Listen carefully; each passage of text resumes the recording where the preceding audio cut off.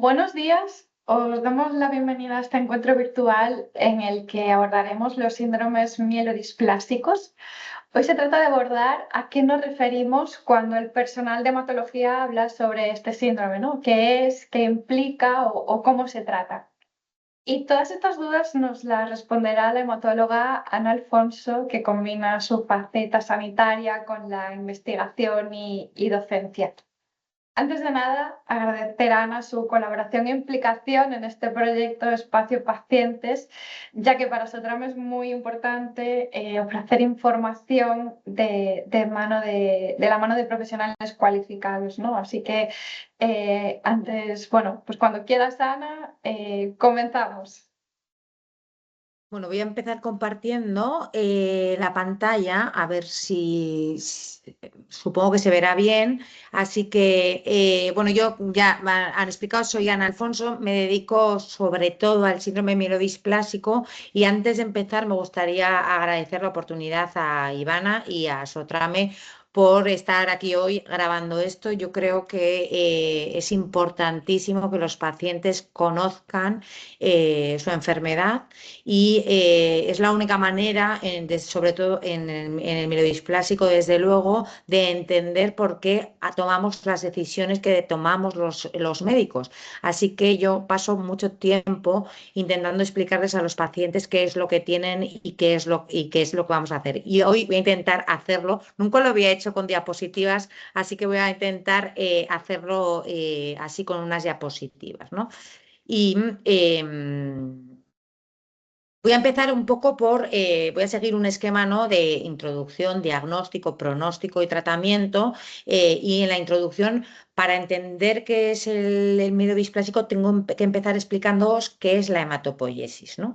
¿Y qué es esto de la hematopoiesis? Pues es lo que en términos coloquiales decimos la fábrica de la sangre, o sea, es decir, es cómo se producen las células que tenemos circulando en sangre, ¿no? Y todo esto empieza, ¿no?, en la médula ósea, ¿no?, con esa célula madre. em, Perdón, que voy a quitar esto ahora. Con esa célula madre hematopoyética, ¿no?, que es la primera célula, ¿no?, la más indiferenciada, que es la que es responsable de todas sus hijas, ¿no?, que veis aquí, que no es un esquema sencillo. Entonces, es esta célula madre la que da lugar a todas las células de la sangre, y hay algunos tipos celulares que ya veis que está aquí seleccionado en amarillo, ¿no?, que solo los vemos en condiciones normales en la médula ósea, y hay otros, ¿no?, que solo los vemos en condiciones normales. Bueno, lo podemos ver en médula ósea, pero son las células que tenemos en sangre, que es las que conocemos todos más habitualmente. Bueno, pues esta célula madre es punto clave en esta enfermedad, ¿no? Esta célula madre que da lugar a dos progenitores comunes, ¿no? Pues todo esto es punto clave en esta enfermedad, ¿no? Y hay como tres grupos celulares que son muy importantes, ¿no?, que son el resultado de toda esta maduración de esa primera célula madre, que son, por un lado, los hematíes, que son los encargados de transportar el oxígeno, que están aquí. Las plaquetas, que son los responsables, son las primeras células que llegan cuando hay una rotura, ¿no?, en un vaso, ¿no?, un sangrado, un corte o lo que sea, que están aquí, que es este último paso. Y por otro lado, al final, los leucocitos, o globalmente, ¿no?, lo que decimos las defensas, ¿no?, que es todo esto que tenemos a este lado de la diapositiva, ¿no?, y que son las defensas, ¿no?, los que nos vienen a defender. ¿Dónde está esto de la médula ósea? Porque la médula ósea no es una cosa que se pueda tocar, o sea, todo el mundo entiende lo que es un pulmón, pero la médula ósea es una cosa líquida, o sea, es un tejido líquido y está dentro del hueso, de los huesos, ¿no? Aquí, donde haya hueso esponjoso, ¿no? Tenemos médula ósea, es lo que sería el tuétano del hueso, ¿no?, que les decimos a veces a los pacientes. Pero esto no siempre es así, porque en el desarrollo, ¿no?, antes de nacer, nosotros somos capaces, ¿no?, los niños, cuando están en la barriga de sus madres, son capaces de producir células de la sangre en otros tejidos, como es el hígado o el bazo. Esto desaparece en el momento del nacimiento y toman posesión, ¿no?, de esa producción de esa médula ósea y de esa producción de células sanguíneas, los huesos, ¿no?, como veis aquí. Así, por eso, ¿no?, en la edad adulta, sobre todo tenemos médula ósea en las vértebras, en el esternón, en las costillas, ¿no? O sea, que la médula ósea está dentro de los huesos. Entonces, la médula ósea ya hemos dicho que produce todas las células de la sangre. Por lo tanto, si la médula ósea está bien, también va a estar el hemograma bien. El hemograma es una prueba que realizamos todos los días. Cada vez que vais al médico y os sacan una analítica de sangre, siempre incluye un hemograma. Es una prueba muy sencilla que lo que hace es contar, ¿no?, las células sanguíneas, es decir, cuántos glóbulos rojos hay, cuántas de esas plaquetas que os he dicho antes hay y cuántos leucocitos hay. Ya veis que hay algunos parámetros extra, ¿no?, que a veces nos ayudan a intentar diferenciar, ¿no?, por qué falta una cosa o la otra, pero en general es un recuento celular de todas esas células de la médula ósea, ¿no?, de esas células que produce esa célula madre hematopoyética. Y así, si la médula no está bien, nuestro hemograma tampoco estará bien y podrá haber anemia. La anemia puede ser de múltiples causas, puede ser de causa medular o puede ser por otras cosas, ¿no? Pero si tenemos una anemia, ¿no?, que veis aquí, por ejemplo, en esta diapositiva, 6,4 de hemoglobina o unos hematíes bajos, pues esto ¿cómo se va a representar? Pues en un paciente que está cansado, ¿no? Si tenemos unos leucocitos bajos, ¿no?, que tenéis aquí, unos leucocitos 3.280, pues tenemos lo que llamamos una leucopenia y esto se puede representar como un paciente que tiene infecciones, ¿no?, porque le faltan esas defensas, luego tiene infecciones. Y por último, un paciente con plaquetas bajas, ¿no?, como tiene este paciente 90.000 plaquetas, se dice que tiene trombopenia, ¿no?, y está más a riesgo de tener un sangrado, porque son esas células las responsables de, ¿no?, como hemos dicho antes, de protegernos de las infecciones, de intentar evitar los sangrados y de transportar el oxígeno, como es la hemoglobina. Entonces, el hematólogo, una vez que tienes un hemograma, el médico de cabecera os hace un hemograma o vais a urgencias, os hacen un hemograma, a veces llaman al hematólogo que va a completar esos análisis de sangre y en caso de necesario, si quiere ver cómo está funcionando la médula ósea, va a hacer una punción de médula ósea, ¿vale? ¿Y qué es? ¿No? Ya os he explicado un poquito qué es la hematopoiesis, ahora tenemos que explicar qué es un síndrome mielodisplásico. Bueno, pues si vamos otra vez al mismo esquema, un síndrome mielodisplásico es una enfermedad tumoral o una neoplasia de estas primeras células, ¿no?, de las más inmaduras, que hace que las células maduras, esas que tenemos circulando en sangre, sean defectuosas y además que mueran demasiado pronto. Entonces, al final yo siempre digo que es una médula que trabaja poco y mal, ¿no? Entonces eso es lo que es un síndrome mielodisplásico, una enfermedad neoplásica de estas primeras células que hace que no tengamos a disposición, ¿no?, buenas células y muchas células, o sea que tenemos muy poquitas células de estas en sangre periférica. Eso da lugar que los mielodisplásicos vayan acompañados de anemia, leucopenia y trombopenia, que es lo que os he dicho que veíamos en ese hemograma que hacemos, que hacemos por punción de la vena. Entonces, cuando hay una anemia, una leucopenia o una trombopenia que no se explica por un déficit vitamínico, que no se explica, ¿no?, por cosas más sencillas, el hematólogo es cuando procede a hacer los siguientes estudios para descartar, entre otras cosas, un síndrome mielodisplásico, pero que puede ser muchísimas otras cosas. Así que los pacientes con síndromes mielodisplásicos, si no tienen hematíes, van a estar más cansados, si no tienen plaquetas, están más a riesgo a tener sangrados y si no tienen leucocitos, están más a riesgo de tener infecciones. ¿Cuál es la incidencia del síndrome mielodisplásico? Pues mira, de esto en España teníamos muy pocos datos hasta ahora, pero han salido datos. Es una enfermedad que es poco frecuente.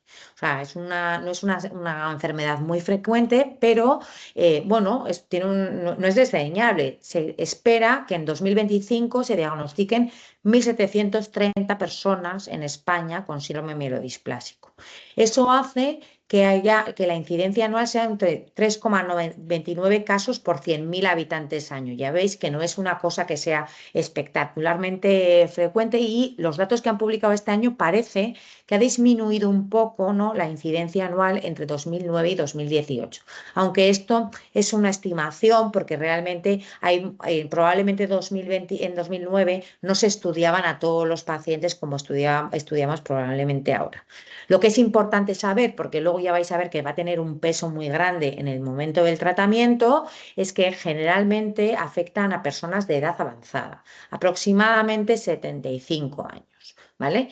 Y hay algunos factores de riesgo que son conocidos, ¿no? Como por ejemplo haber tenido un antecedente de otro cáncer, ¿no?, y haber recibido quimio y radioterapia previa. Eso puede aumentar el riesgo de tener un síndrome mielodisplásico. Estar expuesto a tóxicos, esto aparece en todos los tumores y os lo habrán contado mucha gente, ¿no? Al benceno, ¿no? Estas cosas que tampoco estamos así la población general expuestos, pero que hay que preguntar, ¿no? A productos químicos, ¿no? Por ejemplo, en la agricultura se utilizan mucho y hay que preguntarlo. Y también hay algunos datos de que el tabaco aumenta el riesgo de tener un síndrome mielodisplásico, pero os tengo que decir que el impacto que tiene el tabaco en el síndrome mielodisplásico está a años luz del impacto que tiene el tabaco en otras neoplasias, como puede ser el tumor, el cáncer de pulmón. Pero sí que se asocia a un riesgo un poquito mayor de tener un síndrome mielodisplásico. ¿Vale? Ya tenemos un paciente que se nos ha presentado con unas células sanguíneas bajitas, ¿no? Con esa anemia, esa leucopenia o esa trombopenia, y lo que vamos a tener que hacer es un diagnóstico, ¿no? Tenemos una sospecha y tenemos que diagnosticar. A día de hoy es imprescindible en el síndrome mielodisplásico, por múltiples cosas, hacer lo que llamamos un diagnóstico integrado. ¿Esto qué significa? Que vamos a necesitar distintos especialistas que evalúen esa médula ósea. Serán los hematólogos, ¿no?, que harán esa morfología, los patólogos, ¿no?, que a veces hacemos también una biopsia de médula ósea, una biopsia de ese hueso.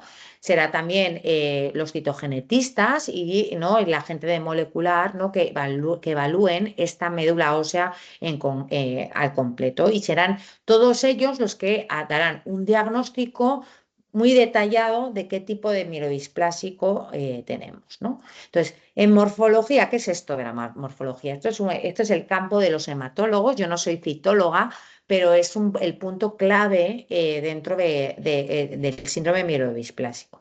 Esto de displasia significa células aberrantes, que son de formas raras, básicamente. Entonces, para demostrar mielodisplasia, entre otras cosas, hay que mirar a ver si ese paciente tiene esas células con formas que llamamos raras, ¿no? Esa médula ósea con células que son extrañas o diferentes a lo normal. Esto es probablemente lo más complejo de todo el diagnóstico, y se puede ver a veces en sangre periférica y en médula ósea, pero es obligatorio para el diagnóstico del mielodisplásico hacer la médula ósea. Aquí veis, esto es una sangre periférica y esto es una foto de una médula ósea, pero el morfólogo o el citólogo, que generalmente es un hematólogo, tiene que contar cuánta displasia hay y contar también el porcentaje de blastos. ¿Y qué es esto de porcentaje de blastos? Bueno, pues los blastos son células inmaduras. ¿Vale? Entonces ya os he dicho que el problema en esta enfermedad es que las células mueren muy pronto. Entonces a veces se acumulan en ese estadio de blasto. Blastos tenemos todos, los normales también, pero los pacientes sanos, o sea, los sanos, todos tenemos blastos, pero en el mielodisplásico a veces están un poquito aumentados en número y hay que contar cuántos blastos tienes. Esto es un punto muy importante porque además es lo que nos separa de una enfermedad un poquito más agresiva, que es la leucemia mieloblástica aguda. Y hay un punto de corte que es el 20% de blastos ¿no?, que divide mielodisplasia versus mieloblástica aguda. Los síndromes mielodisplásicos ya vais a ver que no es obligatorio tener blastos, pero los pueden tener, entonces hay que contar.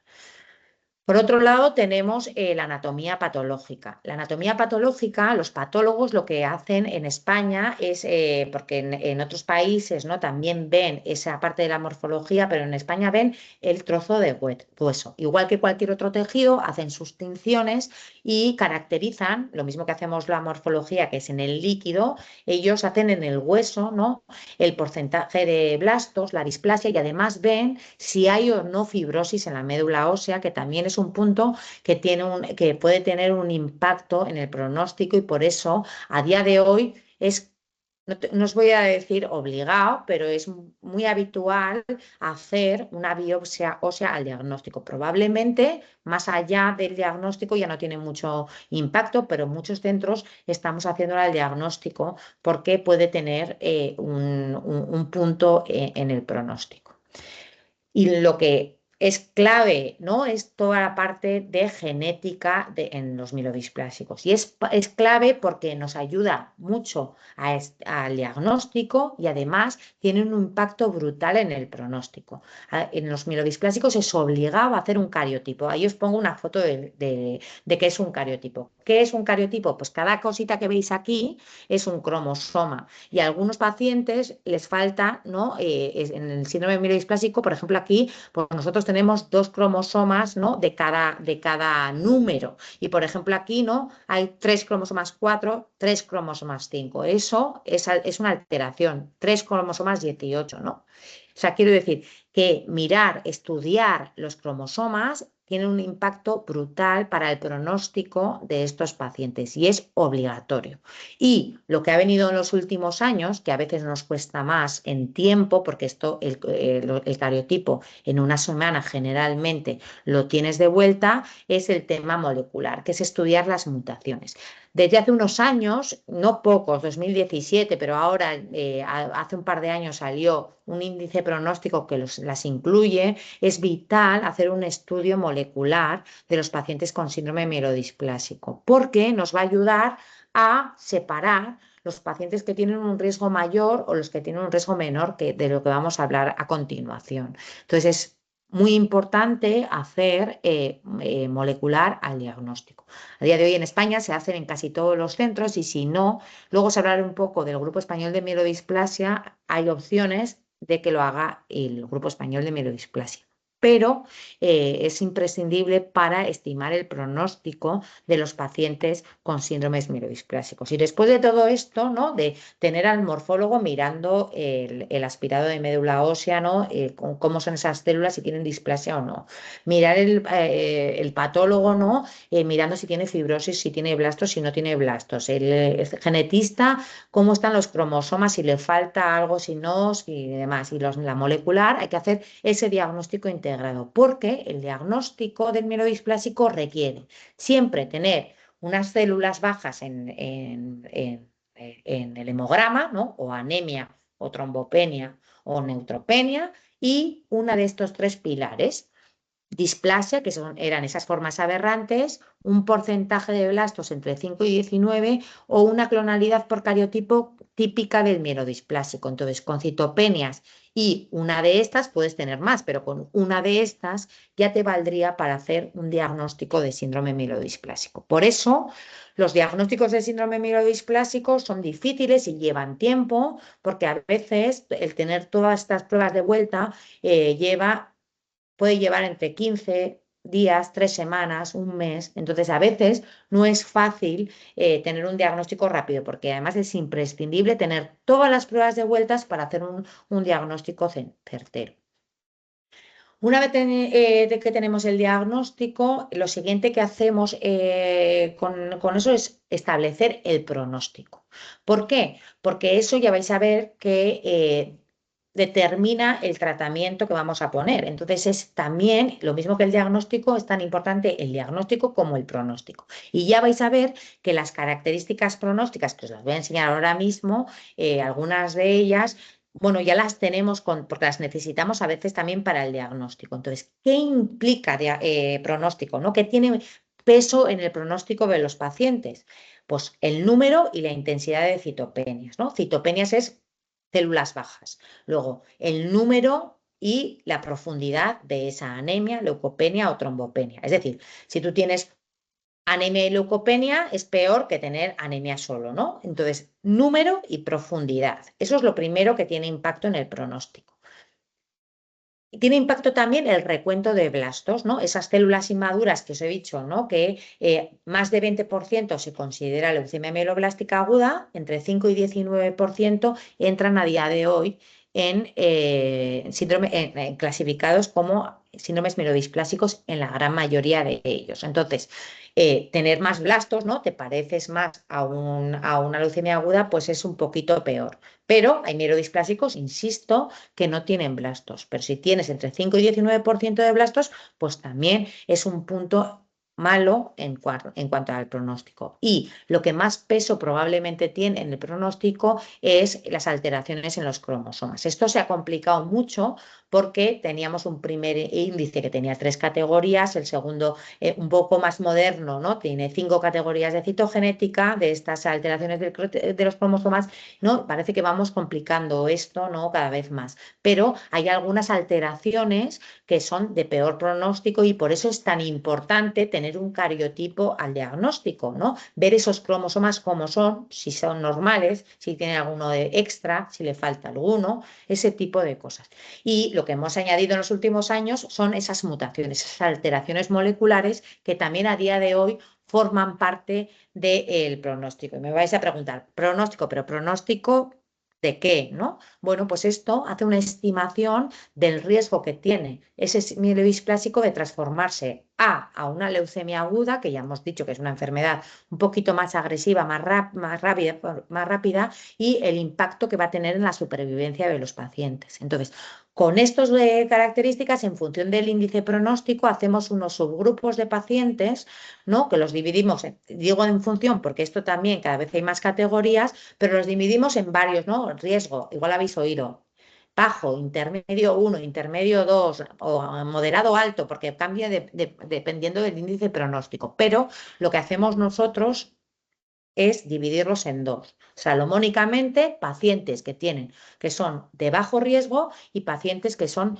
de alto riesgo a la derecha. Esto es ¿Y por qué es importante? Porque hay dos premisas en el síndrome mielodisplásico. Es una enfermedad de por vida, es una enfermedad que va a durarte siempre y la única manera de curar a estos pacientes es hacer un trasplante. Por eso, como la única manera de curar a estos pacientes es hacer un trasplante de médula ósea de un donante sano, o sea, un trasplante de otro sistema inmune, los pacientes que no tienen ese acceso a ese donante sano, pues van a continuar con esta enfermedad de por vida. Y además es importante porque es una enfermedad que es bastante heterogénea. Es decir síndrome mielodisplásico en 2025 no significa nada, porque hay pacientes que tienen una supervivencia que puede ser muy similar a la de la población general y otros pacientes que tienen una supervivencia que se asemeja más a la de la leucemia aguda. Por eso es tan importante establecer el pronóstico de estos pacientes y ver si entran en esas características de alto o bajo riesgo. Vamos a empezar por el síndrome mielodisplásico de bajo riesgo. Generalmente son pacientes que cursan habitualmente solo con anemia, pueden tener otras cosas, pero suele ser habitualmente solo con anemia porque la anemia está presente en el 80% de los pacientes con mielodisplasia. Generalmente tienen pocos blastos, generalmente tienen un cariotipo, esos cromosomas normales, y son pacientes que tienen una supervivencia larga de años y que se transforman más difícilmente en una leucemia aguda. Como objetivo general del tratamiento, nosotros en estos pacientes lo que hacemos es mejorar la calidad de vida y luego os voy a explicar por qué. Los pacientes de alto riesgo, sin embargo, pueden tener, ahí se me ha colado, me falta una A, anemia, leucopenia y trombopenia, a veces tienen las tres, pueden tener blastos, ¿no? Porque eso te da puntos para irte a ese lado del alto riesgo, a veces tienen esos cromosomas muy alterados y tienen una supervivencia, como os decía, peor, que puede ser de meses, y tienen una alta transformación a leucemia. Y el objetivo del tratamiento inicial es mejorar esa supervivencia, intentar evitar esa transformación de la leucemia, ¿no? Y mejorar esa supervivencia. Y esto lo vais a entender ahora, ¿no? Porque el problema, uno de los problemas que tenemos en los síndromes mielodisplásicos es que, por desgracia, aunque hay muchísima investigación y hay y vienen probablemente muchos fármacos que pueden mejorar, la disponibilidad de los tratamientos no es mucha. Entonces, separamos, hay que hacer, ¿no? Hay que dejar el tratamiento para cuando realmente, ¿no? Va a hacer un cambio, va a tener un impacto en esa supervivencia de los pacientes. Entonces, como os decía, el paciente de bajo riesgo, lo que hacemos es intentar mejorar su calidad de vida, porque tiene poco riesgo de transformarse, poco riesgo de tener un impacto en la supervivencia. Entonces, en los pacientes que son los que no tienen una anemia que sea muy importante, pues se hace un tratamiento sintomático, solo se vigila de vez en cuando con análisis y vemos cómo va, ¿no? Cuando ya aparece la anemia, ¿no? Y cuando la anemia ya empieza a tener un poquito de entidad, lo que hacemos es dar un soporte, ¿no? Intentar empujar a esa médula ósea, ¿no? Para que produzca más células. ¿Con qué? Pues, por ejemplo, para que produzca más glóbulos rojos con eritropoyetina. Básicamente lo que hacían los ciclistas hace unos años, ¿no? Si los glóbulos rojos son los responsables de transportar el oxígeno, ¿no? Pues si yo pongo más glóbulos rojos, pues más transporte de oxígeno hay. Entonces ellos se pinchaban esa eritropoyetina, que lo hacían de manera ilegal, pero nosotros, ¿no? Este es un tratamiento que sirve a los pacientes con anemia para subir esa población de glóbulos rojos, ¿no? Y para que tengan menos anemia durante un tiempo.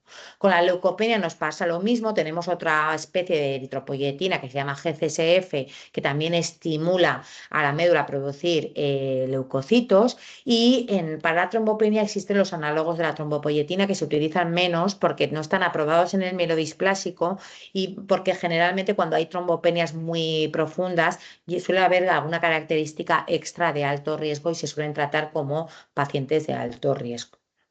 Si la anemia fracasa al tratamiento con eritropoyetina o no responde a la eritropoyetina, el pilar extra, ¿no? del tratamiento de los síndromes mielodisplásicos, el gran pilar son las transfusiones. Siempre están disponibles, esto entre comillas, vivimos en una sociedad que es...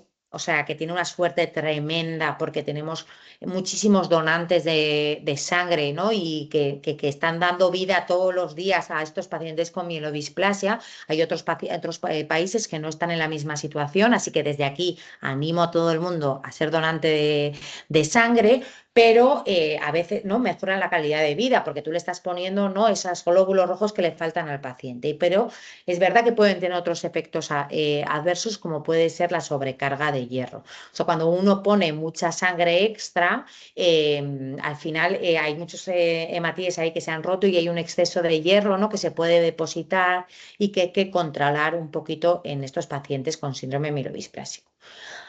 Esto no es la única opción. Hay algunos pacientes concretos que tienen tratamientos un poquito dirigidos, ¿no? Como puede ser la lenalidomida. La lenalidomida son unas pastillas que ayudan mucho a mejorar la anemia en pacientes muy concretos, ¿no? En unos pacientes con un síndrome mielodisplásico que se llama 5Q-. Y también puede funcionar en el resto de pacientes con síndrome mielodisplásico de bajo riesgo, pero responden muy poquitos de ellos. Por eso solo está aprobado en España para esos pacientes con 5Q-. Es una opción en aquellos pacientes con 5Q- en los que o bien no responden a eritropoyetina o bien no son candidatos a la misma. Y de la misma manera tenemos otro fármaco que tiene un nombre muy raro, que se llama luspatercept y que se pone intravenoso y cada 3 semanas, y que es también muy bueno para el tratamiento de la anemia en pacientes con otro tipo de mielodisplásico concreto, que son los sideroblastos en anemia. ¿Vale? Entonces, ¿hay opciones más allá de la eritropoyetina? Sí, a día de hoy en España tenemos estos dos fármacos para pacientes concretos y por eso ese proceso diagnóstico, ¿no? Y poner todas esas características con todos los puntos que os he dicho es tan importante porque luego puedes acceder a ciertos tratamientos. Este Es el esquema que tenemos en el Grupo Español de Mielodisplasia ahora para el tratamiento de los síndromes mielodisplásicos. Que esto no es que sea, o sea, que no necesitáis conocerlo a fondo, porque deberíamos conocerlo nosotros, pero que incluye todas esas opciones. Paciente que tiene una anemia pero que es asintomática, seguir. Y si hay cambios, volver a reevaluar. Y en los pacientes que son sintomáticos, ¿no? O que tienen una anemia ya un poquito más profunda, con menos de 10 gramos, pues se puede utilizar la eritropoyetina. En casos con 5Q menos, la lenalidomida después de la eritropoyetina. Y en aquellos pacientes que no responden a eritropoyetina, que dejan de responder a eritropoyetina y tienen esos hidroblastos en anillo, pues se puede utilizar el luspatercept. ¿Qué ocurre en el paciente de alto riesgo, no?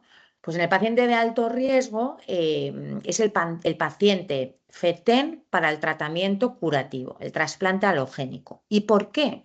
Porque el trasplante halogénico es un tratamiento que no está exento de complicaciones. Tiene una morbimortalidad, que eso significa que hay pacientes que tienen complicaciones del trasplante y que pueden morir por el trasplante halogénico, que no es desdeñable. Y por eso hay que hacer siempre esa balanza riesgo-beneficio de trasplantar o no trasplantar a los pacientes. El objetivo del trasplante halogénico es eliminar esa hematopoiesis del paciente que está enferma y poner una hematopoiesis de un donante que sea sana. Generalmente se suele hacer o bien de un hermano, se puede hacer de un donante del registro, que eso también es un punto que yo creo que tiene mucha importancia y que hay que destacar. En Europa hay un montón de donantes en el registro, o sea, en el registro mundial hay como 40 millones y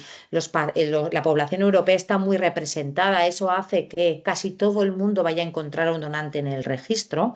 Si no tiene hermanos, ¿no? Yo no tengo hermanos, luego si me ocurre yo tendría que ir a un registro. Y la tercera fuente pueden ser los hijos o los padres si no son muy mayores. Son un tipo de donante un poquito distinto que es haploidéntico. Así que casi todo el mundo en nuestro medio que necesita un trasplante lo tiene. El problema que tiene el trasplante es que está esa comorbilidad, ¿no? Ese riesgo de tener una complicación grave, ese riesgo de fallecer, va también muy asociado no tanto a la edad, porque a mí no me gusta decir a la edad, pero a la situación física del paciente. Entonces, para hacer un trasplante hay que hacer una evaluación muy completa del paciente como tal. Generalmente se dice que el trasplante, son candidatos a trasplante aproximadamente hasta los 70 años. Ahora hay un margen, ¿no? Hasta los 75 si la población está muy bien, si el paciente está muy bien, pero hay que hacer una evaluación muy completa a poder ser, ¿no?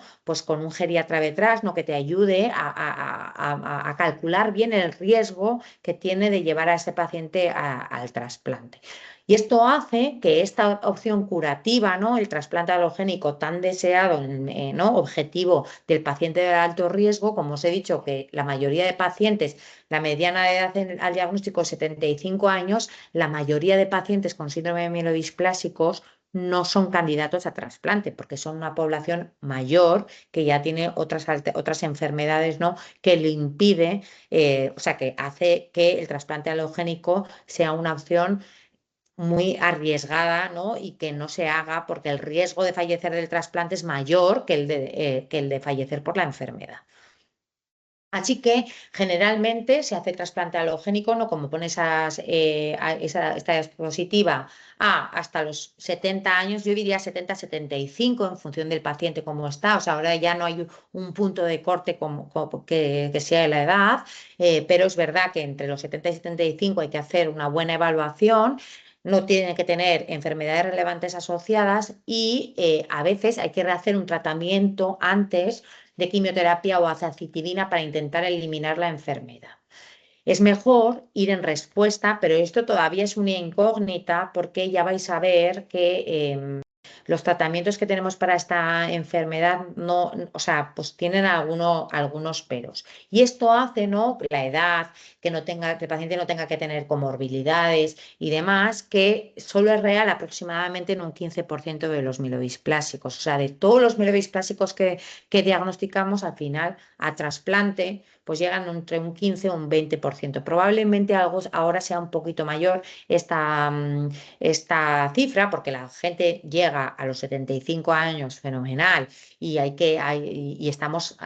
aparecido nuevas formas de hacer trasplante y eso hace que hayamos aumentado un poquito la edad a la que trasplantamos a los pacientes, pero son muy poquitos pacientes los que se benefician de los que al final, no es los que se benefician, sino los que al final llegan al trasplante halogénico. Si no podemos hacer un trasplante halogénico, la opción, el tratamiento que tenemos a nuestra disposición es un tratamiento con un fármaco que se llama azacitidina, que es un fármaco que llamamos hipometilante. Este tratamiento lo que hace es de una manera, ¿no? Como pone ahí en la diapositiva, educa a la enfermedad a portarse bien, es decir, intenta mejorar esas anemias, ¿no? Esa anemia, esa trombopenia, reduce el número de blastos, lo que retrasa esa progresión a la leucemia y ha demostrado, ¿no?, que mejora la supervivencia de los pacientes con síndrome mielodisplásico. No hay límite de edad para recibirla, pero sí que hay algunos condicionantes. Esto se pone de manera subcutánea, ¿no? 7 días al mes. Habitualmente se hace de lunes a viernes, sábado y domingo descanso y luego otra vez lunes y martes. Y se repite, ¿no?, cada 4 semanas desde el primer día. O sea que al final esto implica que hay que ir 7 días al mes al hospital o tener a disposición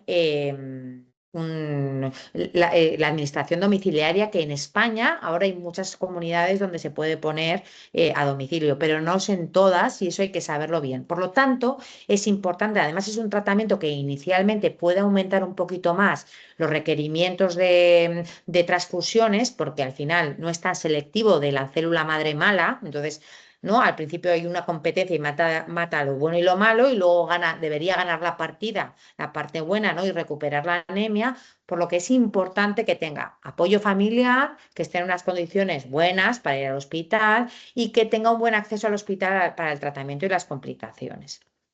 Como os digo, el tratamiento generalmente es ambulatorio, se pone en hospital de día o en domicilio en algunos sitios, son 7 días al mes de manera subcutánea y hay que sería bueno evaluar la enfermedad, a veces tarda un poquito en hacer respuesta, entonces hay que esperar 4 o 6 ciclos y si funciona hay que ponerlo de manera indefinida, porque sabemos que si paramos, la enfermedad va a volver, así que hay que ponerlo mientras funcione, ¿vale?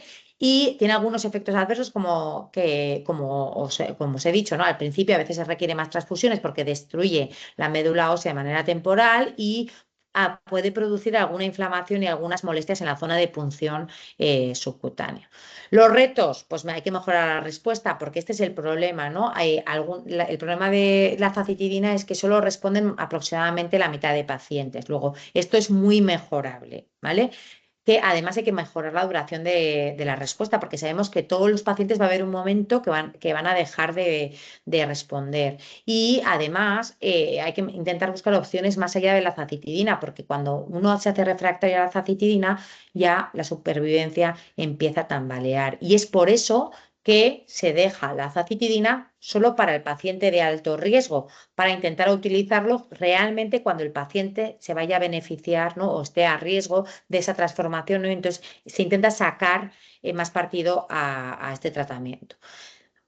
Evidente, ensayos clínicos con nuevos fármacos, si hay que ir a un ensayo clínico porque todo esto dice, ¿no?, que este tratamiento es insuficiente y deberíamos buscar otras alternativas. ¿Se puede utilizar la quimioterapia? Sí, pero solo es un tratamiento a dosis altas y es muy tóxico, entonces se utiliza únicamente en algunos casos en pacientes que se va a ir a trasplante.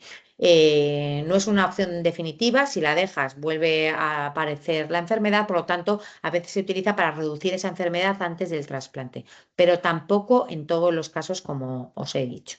Y este es el esquema de tratamiento en el Grupo Español de Mielodisplasia. ¿Y qué es esto del Grupo Español de Mielodisplasia? Ya estoy terminando. Es un grupo de investigación nacional que funciona muy bien, que incluye 140 centros españoles, que seguro que la mayoría de vuestros centros, porque ahí están la mayoría de los centros, están incluidos dentro de este grupo. Hay centros grandes, centros pequeños, centros de todo tipo. Incluye más de 400 investigadores, no solo médicos, hay genetistas, hay biólogos, hay muchísimo tipo de gente que participa en este grupo y que el fin es mejorar el conocimiento de la enfermedad y mejorar el tratamiento, pronóstico y cuidados de los pacientes. Tiene un registro en el que participan más de 16.000 pacientes y hacemos guías clínicas, hemos hecho unas en 2012, unas en 2020, las de 2024 están a punto de salir y hicimos una guía para pacientes, que os he dejado ahí el QR por si lo queréis descargar, donde está explicado la enfermedad muy bien, cómo se diagnostica, cuáles son los síntomas que pueden aparecer, cómo la tratamos y tenemos además un área en la página web, un área de ensayos clínicos donde cada uno de los investigadores pone los ensayos clínicos a disposición del resto, por si alguno quiere mandar a otro centro pacientes para que disfruten de estos ensayos clínicos.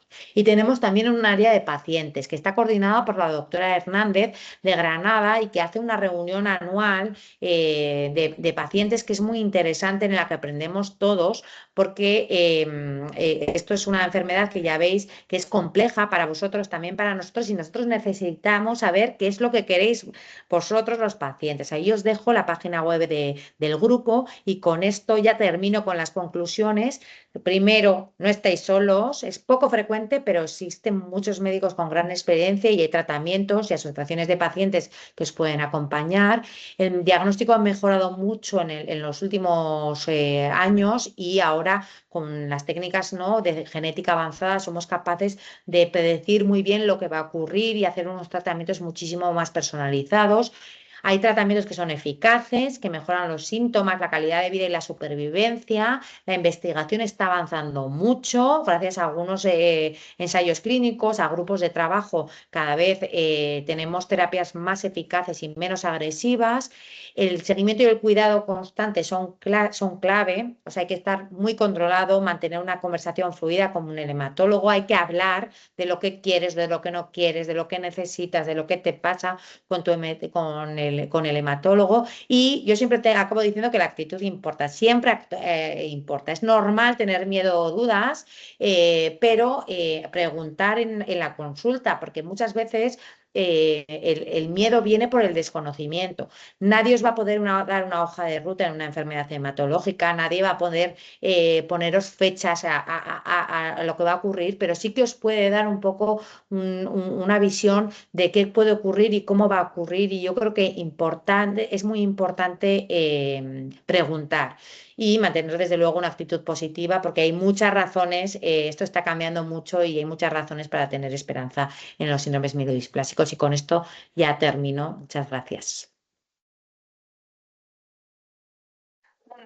Muchísimas gracias por la ponencia.